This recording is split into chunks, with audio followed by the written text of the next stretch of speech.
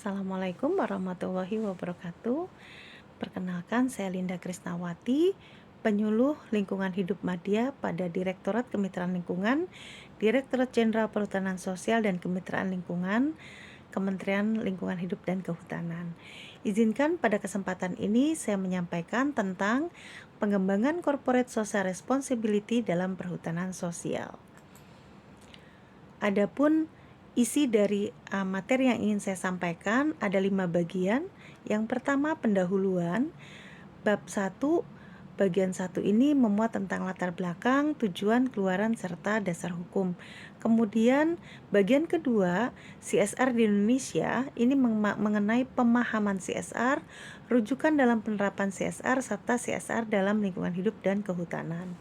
Kemudian bagian ketiga, penyelenggaraan CSR dalam program perhutanan sosial, di mana saya akan menjelaskan tentang kebijakan CSR, perhutanan sosial dan CSR, kemudian pengelolaan perhutanan sosial pasca persetujuan diberikan, kemudian selanjutnya pelaksanaan program CSR dan perhutanan sosial dan tahapan pelaksanaan program CSR dan perhutanan sosial. Bagian keempat, saya akan bicara tentang peran pemerintah pada penyelenggaraan program CSR dalam perhutanan sosial dan penutup. Kemudian pendahuluan yang melatar belakangi kegiatan ini adalah adanya program nasional untuk pemerataan ekonomi dan mengurangi ketimpangan. Dalam hal ini perhutanan sosial sebagai salah satu kegiatan prioritas dalam program pembangunan nasional yang mempunyai tujuan hutan lestari, masyarakat sejahtera.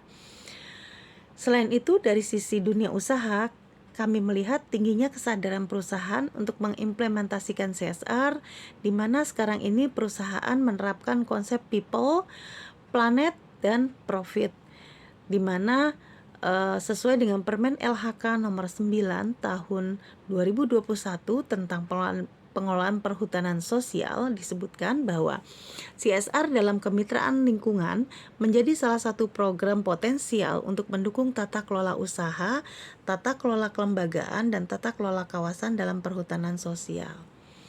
Nah, sebagai salah satu program nasional perhutanan sosial, tentunya membutuhkan tidak hanya percepatan target luasan, tetapi juga membutuhkan capaian yang cepat dalam bentuk kontribusi terhadap peningkatan kesejahteraan masyarakat dan tetap terjaganya keseimbangan lingkungan.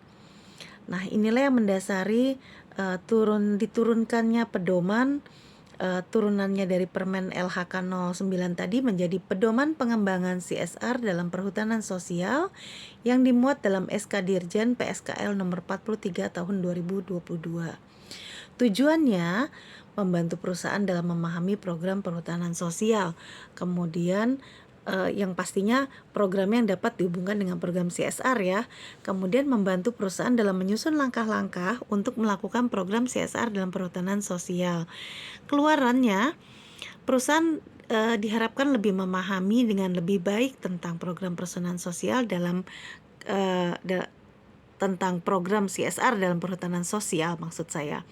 Kemudian peningkatan dukungan program CSR dari perusahaan terutama pada lokasi-lokasi yang telah ditetapkan persetujuan pengelolaannya. CSR sendiri secara resmi diperkenalkan oleh Howard Brown pada tahun 1953 dalam bukunya Social Responsible of the Businessman yang kemudian menjadi ide lahirnya CSR.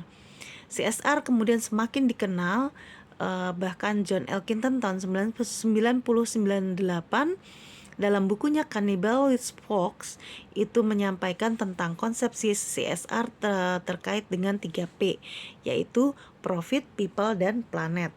Dan CSR yang sekarang diimplementasikan adalah CSR yang telah menggunakan konsep 3P ini.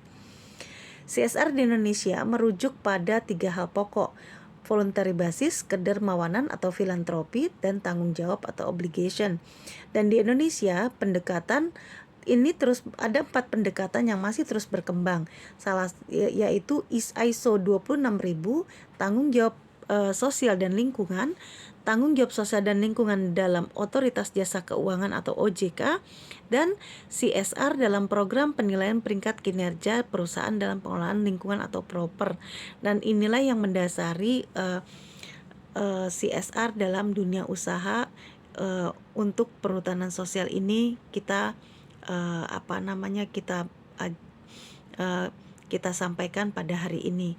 Kemudian CSR lingkungan dan kehutanan di Indonesia.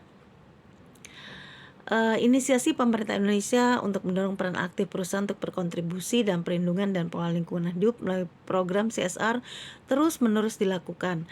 Dan semenjak dari zaman Kementerian Lingkungan Hidup belum bergabung dengan kehutanan ya, sudah ada pedoman CSR bidang lingkungan dan juga Juklak CSR bidang lingkungan. Seperti yang saya sudah sampaikan sebelumnya, skema pengelolaan perhutanan sosial ada 5 ya. Yang pertama, hutan kemasyarakatan atau HKM, di mana pemanfaatan utamanya ditujukan untuk pemberdayaan masyarakat. Kemudian yang kedua, hutan desa, di mana kawasan hutan yang belum dibebani izin dikelola oleh desa dan dimanfaatkan untuk kesejahteraan desa. Kemudian yang ketiga, hutan adat, ini hutannya berada di dalam wilayah masyarakat hukum adat. Yang keempat, hutan tanaman rakyat. Hutan tanaman rakyat ini biasanya ada pada hutan produksi, dibangun oleh kelompok masyarakat untuk meningkatkan potensi dan kualitas hutan produksi itu sendiri dengan menerapkan sistem silvikultur. Kemudian yang kelima, ya makanya kenapa ada salamnya 5 jari. Yang kelima, kemitraan kehutanan. Ini adalah kerjasama yang melibatkan berbagai pihak secara sukarela, baik itu pemerintah, swasta, masyarakat maupun lembaga lainnya yang bertujuan untuk meningkatkan kualitas lingkungan dan atau pemanfaatan sumber daya alam. Kalau melihat fungsi hutan dan skema PS, maka fungsi hutan konservasi diberikan kepada kemitraan. Skema kehutanan yang diberikan adalah kemitraan konservasi. Sedangkan untuk hutan lindung, biasanya skema PS yang diberikan itu bentuknya hutan desa, hutan kemasyarakatan, dan kemitraan kehutanan. Adapun untuk hutan produksi, ini skemanya bisa ada 4. Hutan desa, hutan kemasyarakatan, hutan tanaman rakyat, dan juga kemitraan kehutanan. Selanjutnya, pemanfaatan kawasan hutan di areal persetujuan pengelolaan perhutanan sosial. Biasanya setelah mendapat akses kelola perhutanan sosial, masyarakat bisa melakukan pemanfaatan hutan pada areal kerja yang disetujui sesuai dengan SK yang mereka miliki ya. Ini biasanya pemanfaatannya bentuknya agroforestry, silvofishery, silvopastura atau agrosilvopastura. Dan pasca persetujuan diberikan, biasanya mereka membentuk kelompok perhutanan sosial. Dan untuk pemanfaatan dan pemanfaatannya mereka membentuk kelompok-kelompok usaha perhutanan sosial atau kita sebutnya KUPS. Terkait KUPS ini ada 4 kategori yang ditetapkan, yaitu blue, perak, biru maksud saya ya, blue, kemudian perak atau silver, emas atau gold, dan platinum. Biru atau blue ini biasanya KUPS yang sudah ditetapkan sebagai sebagai KUPS ya, kemudian jenis usahanya sudah teridentifikasi. Dan untuk yang perak ini sudah memenuhi kriteria biru dan sudah memiliki RKPS dan memiliki unit usaha. Untuk KUPS dengan kategori emas atau gold biasanya sudah memiliki kategori biru dan perak, dan bedanya sudah memiliki produk atau sarana wisata alam yang dipasarkan atau sudah memiliki akses modal baik swadaya, hibah maupun pinjaman, dan sudah memiliki pasar atau wisatawan lokal. Kemudian yang platinum ini sudah menuju KUPS mandiri.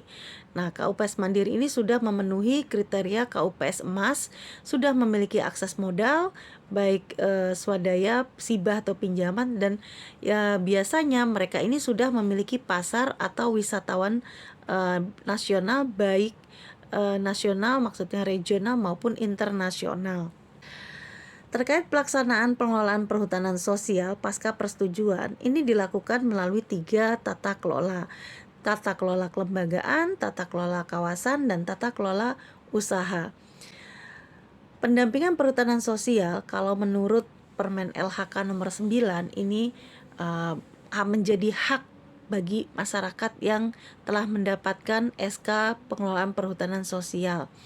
Nah, pendampingannya ini dilakukan dengan 3 tata kelola tadi dan dapat dilakukan oleh pendamping yang berasal dari penyuluh kehutanan, pegawai negeri sipil, penyuluh kehutanan swadaya masyarakat, bakti rimbawan, penyuluh kementerian lembaga terkait ini, kemudian penyuluh kehutanan swasta, badan usaha milik negara, lembaga swadaya masyarakat, ormas, praktisi, akademisi, dan atau tokoh masyarakat atau tokoh adat.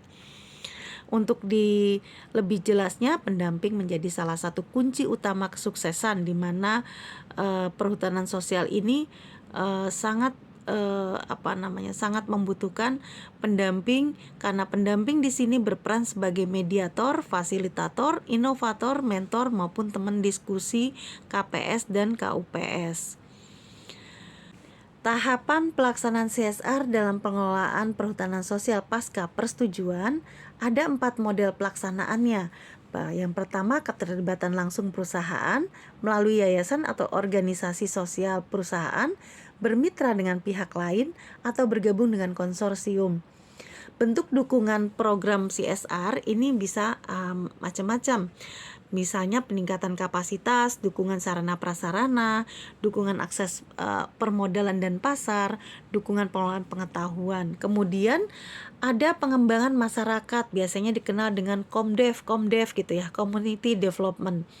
Prinsip dasar dalam melaksanakan Komdev ini adalah pengembangan terintegrasi, keberlanjutan, pemberdayaan, pengembangan masyarakat, proses pencapaian, inklusivitas, konsensus, partisipasi, mendefinisikan kebutuhan, dan responsif gender. Adapun tahapan pelaksanaan CSR dalam perhutanan sosial, langkah-langkahnya ada 9. Yang pertama, biasanya penjajakan dulu nih kesesuaian program CSR perusahaan Bapak Ibu dengan dengan perhutanan sosial. Kemudian langkah keduanya menentukan lokasi. Langkah yang ketiga, komunikasi dengan kelompok sasaran atau mitra. Kemudian langkah keempat, menentukan model pelaksanaan. Langkah kelima, membentuk dukungan. Langkah keenam, menyusun kerangka program CSR. Langkah ketujuh, menyepakati bentuk kerjasama CSR. Selanjutnya langkah kedelapan, pelaksanaan. Langkah kesembilan, MONEF ya. Itu tahapan pelaksanaan program CSR dalam perhutanan sosial. Terus di mana peran pemerintah? Peran pemerintah pada penyelenggaraan program CSR dalam perhutanan sosial untuk dalam hal pengembangan kebijakan, memberikan bimbingan teknis, kemudian kanal komunikasi, monitoring dan informasi, dan pemberian penghargaan. Berikut adalah kanal informasi kemitraan lingkungan, dan juga Bapak Ibu dapat mengunjungi website Go KUPS di mana semua data perhutanan sosial ada di sana dan bisa di-download. Kemudian atau bisa juga scan QR code di bawah ini ya.